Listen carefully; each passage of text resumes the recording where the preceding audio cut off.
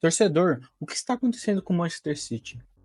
O time de Pep Guardiola, que dominou o futebol europeu nas últimas temporadas, agora parece tropeçar em desafios inesperados. Será que a saída de jogadores importantes está cobrando seu preço? Ou seria o elenco atual que não está respondendo às expectativas? Ou até, será que Pep Guardiola perdeu o controle de sua equipe? Bom, no vídeo de hoje vamos analisar tudo sobre esse momento complicado do City. Os números preocupantes, o desempenho de suas principais estrelas, críticas que vem crescendo sobre o técnico e sobre o elenco. Confira no vídeo a seguir a repercussão de mais um tropeço do Manchester City. Então, com o City, olha, tá difícil de falar o que tá acontecendo com esse City, porque jogo após jogo é uma decepção atrás da outra, e hoje ainda com o agravante, com o Haaland perdendo o gol, né, Léo? Perdendo o pênalti. Alex Seng, nos últimos 13 jogos oficiais, o City ganhou 1. Nos últimos 9 jogos de Premier League, o City ganhou 1.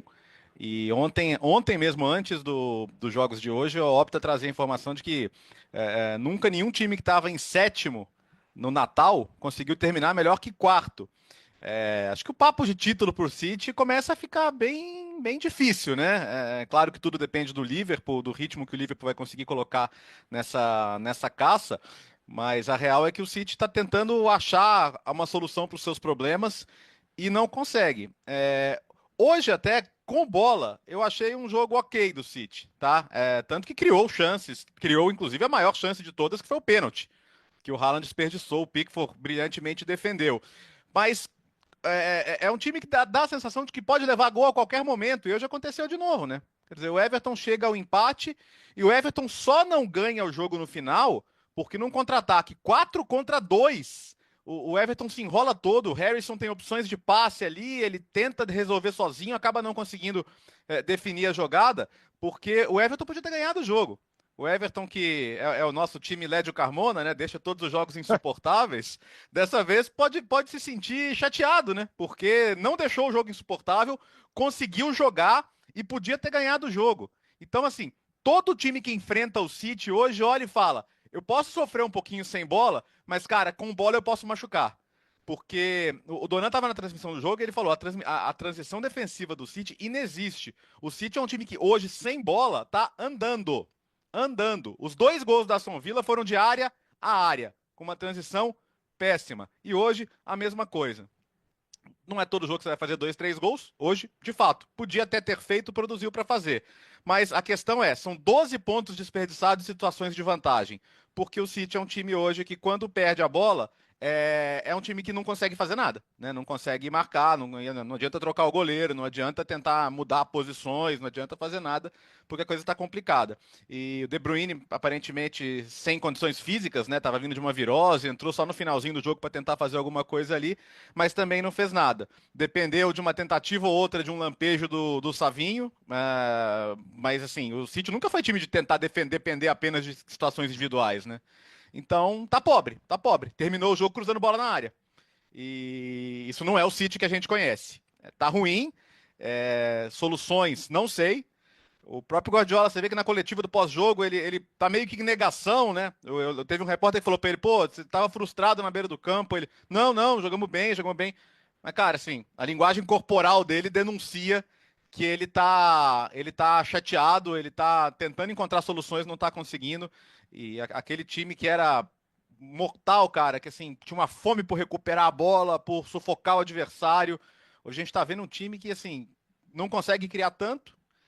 Hoje até criou, mas sem bola, assim, não dá. O time de alto nível não pode ter o momento sem posse que tem o City hoje, que é um time que não marca ninguém, cara. Sem dúvida. Eu acho o seguinte, primeiro assim, os fatos, né? E acho que o Léo trouxe bem o número de vitórias muito baixo do City, mas impressiona também o número de derrotas. O Suman trouxe durante a transmissão, né?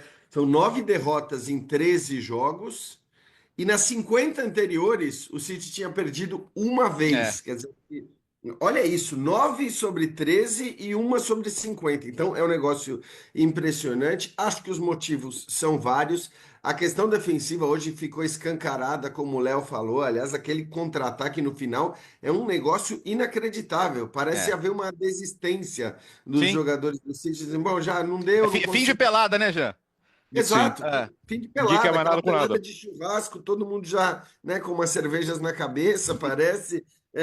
enfim, o jogo já foi, não ganhamos mesmo, se perdeu empatada na mesma. Foi a impressão que passou aquele lance, né? E para sorte do City, o gol acabou não saindo. De resto, eu tô de acordo que assim, também teve um pouco daqueles roteiros que são roteiros muito cruéis que o futebol é capaz de proporcionar. Mas você não pode atribuir apenas a isso, né? Acho que a gente tem falado semana após semana aqui no podcast sobre as causas. É óbvio que os 8 desfalques que tem o Manchester City fazem muita diferença, isso é evidente, mas também não é normal que, mesmo com todos esses desfalques e mesmo com os jogadores que entrou em campo o Manchester City hoje, a gente veja certas coisas que a gente tem visto. Claro, hoje acho que poderia de fato ter vencido. Foi um City que começou bem, começou daquele jeito que a gente estava acostumado a ver o City pressionando, né? Tendo volume de jogo, rondando a área o tempo todo contra uma equipe absolutamente fechada. Aí o gol sai no começo, você fala, bom, agora vai, né? Talvez não seja É. aquele 5-6 que a gente se acostumou a ver o City fazer, mas a vitória virá. E a vitória não veio, né? Claro, o City toma um gol de empate quando não tinha sofrido absolutamente nada. E aí é do futebol, né? Você cria, desperdiça as chances. O Pickford foi bem também, né? E não só no lance do pênalti desperdiçado pelo Haaland. Mas assim, não dá para atribuir a um jogador, a uma falha específica. Assim como a gente dizia sempre que os grandes méritos do City eram méritos coletivos, Uhum. méritos do time todo, não dá para pegar o pênalti desperdiçado pelo Haaland e transformar nisso a causa do que aconteceu. Quer dizer, claro que nesse caso teve um roteiro cruel. Acho até que o City volta muito bem de novo para o segundo tempo, e aí depois do pênalti, sim, ele dá uma arrefecida e não consegue produzir, mas enfim, ainda que as causas possam ser diferentes e várias, né? E cada jogo você tem um roteiro, você tem uma causa. Para mim, assim, falar em título é impossível, impossível mesmo. Não consigo mas imaginar isso pelo nível, sobretudo, do Liverpool, né? Já já a gente fala do Chelsea e tal, mas a gente tá falando de 11 pontos, assim, ainda sem saber como vai ser o jogo de hoje, mas que podem ir para 14 e que podem ir para 17, né? Porque neste momento que a gente está gravando o podcast, esses 11 pontos são com 2 jogos a menos do Liverpool. Então, imagina. É uma coisa absolutamente fora do plausível imaginar o City, mesmo que voltasse a ser aquele Manchester City, conseguir tirar essa diferença. Então, claro, o objetivo do City passa a ser a vaga na Champions League e sobre essa eu reitero o que eu disse na última edição do podcast. Eu ainda hoje, se tivesse que apostar, eu apostaria que o City conseguirá essa vaga na Champions. Mas é um puro palpite baseado no que a gente sabe que esse time e, sobretudo, esse treinador são capazes de fazer. Porque realmente hoje, pelo futebol atual, não tá dando para ter essa convicção, não. Como vimos no trecho anterior, a imprensa e os especialistas estão em cima do City. E não é por menos, os números falam por si. Nos últimos 10 jogos de Premier League, o Manchester City conquistou apenas uma vitória. Além disso, o ataque, que sempre foi uma das maiores forças da equipe, parece não estar funcionando como antes, diminuindo cada vez mais a sua eficiência. E o que dizer defesa? Nos últimos 5 jogos, todos os adversários conseguiram furar a defesa dos Citizens. São números muito acima do que se espera de um time comandado por Pep Guardiola, conhecido por montar sistemas defensivos sólidos com posse de bola dominante. Mas quem são os responsáveis por esse momento? Vamos ser sinceros, jogadores que deveriam ser decisivos estão deixando a desejar. Erling Haaland, por exemplo, não marcou gol na última partida, inclusive perdeu um pênalti em um momento que estava 1-1 o jogo, um momento extremamente crítico.